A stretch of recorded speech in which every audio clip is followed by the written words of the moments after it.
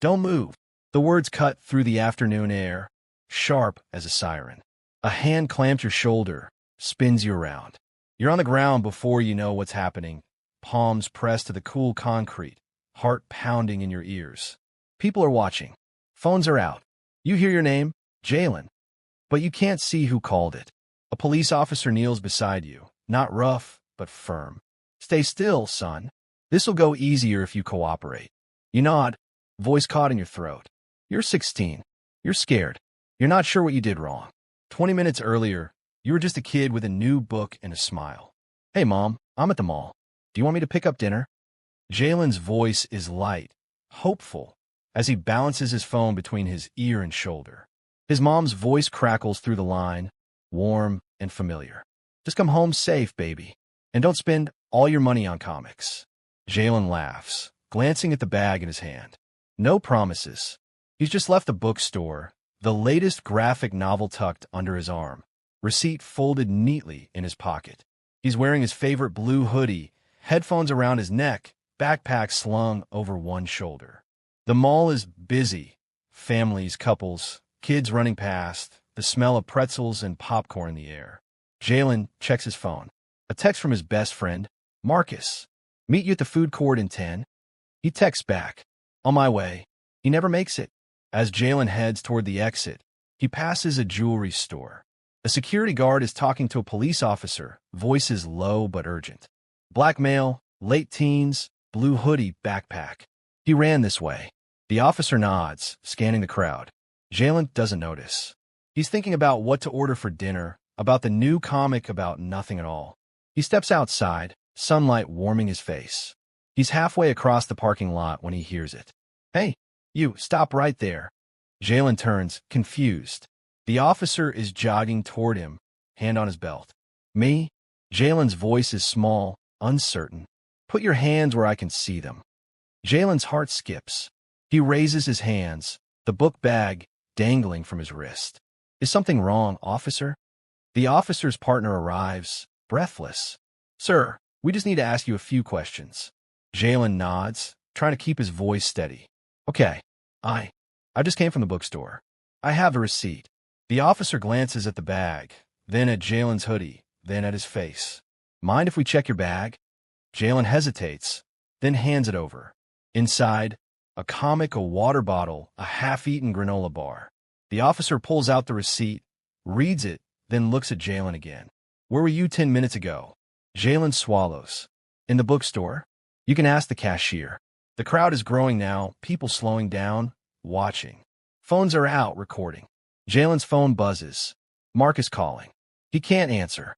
The security guard from the jewelry store jogs over, pointing. That's him. That's the kid I saw. Jaylen shakes his head, panic rising. No, I swear I didn't do anything. I just bought a book. Please check the cameras. The officers exchange a look. One of them gently guides Jaylen to sit on the curb. We're going to sort this out, okay? Just stay calm.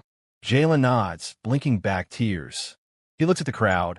Some faces sympathetic, some skeptical, some just curious. He thinks about his mom's words. Just come home safe. He hopes he will. Then everything shifts. A black SUV pulls up fast, tires crunching on gravel. Doors open. 10 people step out, all in navy jackets, gold letters on their backs. FBI. The officers freeze. The crowd goes silent. A tall woman with a badge steps forward, voice calm but commanding. Officers step away from the minor. Now, the officers hesitate, then do as they're told. The woman kneels beside Jaylen, her tone gentle. Are you okay? Did they hurt you? Jaylen shakes his head, voice trembling. I just bought a book. I didn't do anything. She nods, reassuring. We know. You're safe now. The crowd murmurs, phones still recording. The officers look stunned, unsure what to do. The FBI agent stands, turning to the officers. We'll take it from here. Jaylen looks up, relief and confusion mixing in his chest. He's not sure what just happened. He's not sure what happens next. But for the first time since it started, he feels like maybe, just maybe, he'll get to go home safe. Jaylen sits on the curb, knees pulled to his chest, the FBI agent's shadow falling over him. The crowd is still there, murmuring, filming, whispering. The police officers stand off to the side, faces tight, hands fidgeting at their belts. The agent kneels, her badge glinting in the sun. Jaylen, right? He nods, voice barely above a whisper. Yes, ma'am. She offers a small, reassuring smile. I'm Special Agent Monroe. You're not in trouble. I just need to ask you a few questions, okay? Jaylen nods again, clutching his book bag like a life raft. A few feet away, the officers are arguing in low voices. We had probable cause. One says, jaw clenched. Description matched. The other insists, but his voice wavers. Agent Monroe stands, turns to them, her tone all business. Officers, we'll need your body cam footage and a copy of the incident report. Now, the older officer bristles. With all due respect, Agent, this is a local matter. Monroe cuts him off, combat firm. Not anymore. You detained a minor without clear evidence, and you did it in front of a dozen witnesses. We're taking over. The officers exchange glances, frustration simmering beneath the surface. Jaylen's phone buzzes again. He looks at the screen, Mom calling. His hands shake as he answers. Jaylen? Baby, are you okay? I saw something on Facebook. Someone said the police. Her voice is frantic, words tumbling over each other. Jaylen's throat tightens. I'm okay, Mom. I promise. The FBI is here. They said I'm not in trouble. Agent Monroe takes the phone gently. Mrs. Carter? This is Special Agent Monroe with the FBI. Your son is safe. We're making sure everything is handled properly. You can come pick him up, or we can bring him home. There's a pause, then a shaky breath. I'm on my way. Please take care of him. Monroe hands the phone back to Jaylen. Your mom's coming. You'll be out of here soon. Jaylen nods, relief flooding his chest. Inside the mall, the security guard is talking to another FBI agent. I thought it was him. The hoodie, the backpack. He was near the store. The agent's voice is gentle but probing. Did you see his face? Did you see him take anything? The guard hesitates, eyes darting. No, I just assumed. The agent makes a note on his tablet. Thank you. We'll be in touch. Back outside, Agent Monroe sits beside Jaylen on the curb. Do you want to tell me what happened? Jaylen nods, voice steadier now. I was in the bookstore. I bought a comic. I was just walking out when the police stopped me. They said I matched the description, but I didn't do anything. I tried to show them my receipt, but they didn't look. Monroe listens, nodding. You did everything right, Jaylen. I'm sorry this happened to you. Jaylen looks down at his hands. Why does this always happen to kids like me? Monroe's face softens. I wish I had a good answer. But I promise you, we're going to make sure they answer for it. The crowd is thinning now, but a few people linger. A woman approaches, phone still recording. Are you okay, sweetheart? Jaylen nods, managing a small smile. Thank you for asking. She turns to Monroe. I got the whole thing on video. If you need it, I'll send it to you. Monroe thanks her, takes her number, and assures her the footage will help. The officers are now surrounded by FBI agents, answering questions, handing over their body cams. The older officer looks over at Jaylen, guilt flickering across his face. He walks over, kneels down, voice low. Son, I'm sorry. We made a mistake. I should have listened.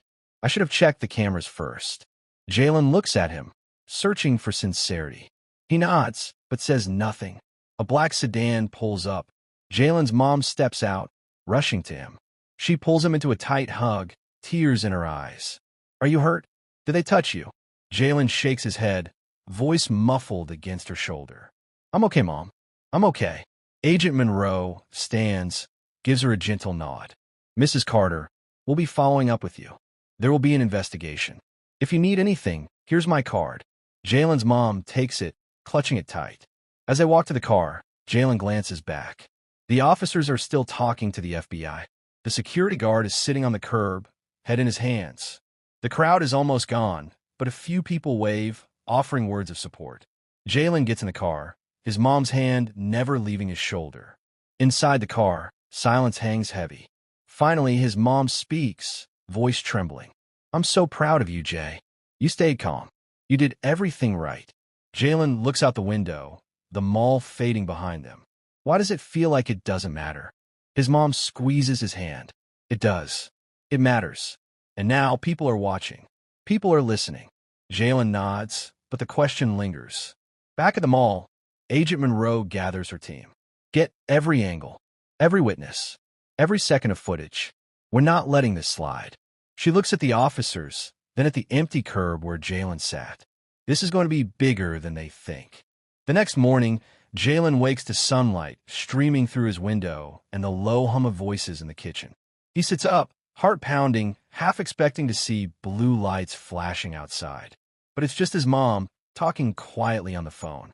He hears her say, "Yes, Agent Monroe. Thank you. We'll be there." Jaylen gets dressed slowly, the memory of yesterday still heavy on his shoulders. He picks up the comic book from his backpack, the receipt still tucked inside. He runs his thumb over the crumpled paper, wondering if it will ever mean more than just proof. At the police station, the mood is tense. Jaylen and his mom walk in, greeted by Agent Monroe and two other agents. The officers from yesterday are there too. No uniforms, just plain clothes and tired eyes. Monroe leads them into a conference room. She starts the meeting with a calm, steady voice. "Thank you for coming, Mrs. Carter. Jaylen, we want to make sure you both understand what's happening next." She turns to the officers. "Officer Daniels, Officer Price, you're here to answer for your actions yesterday. This is not a criminal proceeding, but it is a federal review. We're recording for transparency." The officers nod, eyes down. Jaylen's mom speaks first, her voice clear and strong. "My son was stopped, searched, and humiliated in front of a crowd. He did nothing wrong. I want to know what you're going to do to make sure this never happens again." Officer Daniels looks up, his voice rough. "I'm sorry, ma'am. I let my assumptions get ahead of the facts. I should have checked the cameras. I should have listened to your son. I promise I'll do better." Officer Price nods, adding, "We're getting new training. The department's bringing in outside experts. We're supposed to protect, not profile." "I'm sorry, Jaylen." Jaylen looks at them, searching their faces for truth. He nods, but the hurt is still there.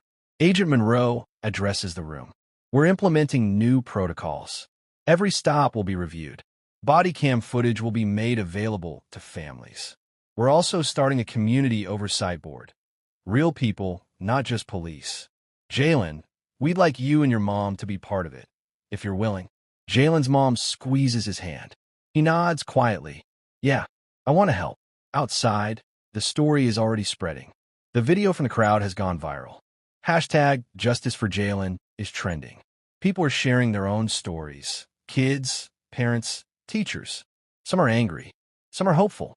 All are watching. A week later, the community center is packed. Jaylen sits on stage with his mom, Agent Monroe, and the police chief. The chief steps up to the microphone, voice steady. "We failed Jaylen. We failed his family. We failed this community. We're changing how we do things, starting now." He lists the changes. New training for every officer community oversight public access to footage restorative justice programs. The crowd listens, some skeptical, some nodding. Agent Monroe speaks next. "This isn't just about one mistake. It's about building trust. It's about making sure every kid feels safe, no matter what they look like." She turns to Jaylen. "Jaylen, would you like to say anything?" Jaylen stands, hands shaking a little. He looks out at the crowd. Faces of every color, every age. "I just wanted to buy a comic book," he says, voice quiet but clear. "I didn't do anything wrong, but I was still treated like I did. I don't want anyone else to feel that way. Not here, not anywhere." The room is silent for a moment, then applause breaks out, soft at first, then louder. After the meeting, people come up to Jaylen. A teacher hugs him. A little boy asks for a selfie. A woman says, "Thank you for speaking up. My son went through the same thing." Jaylen feels something shift inside him.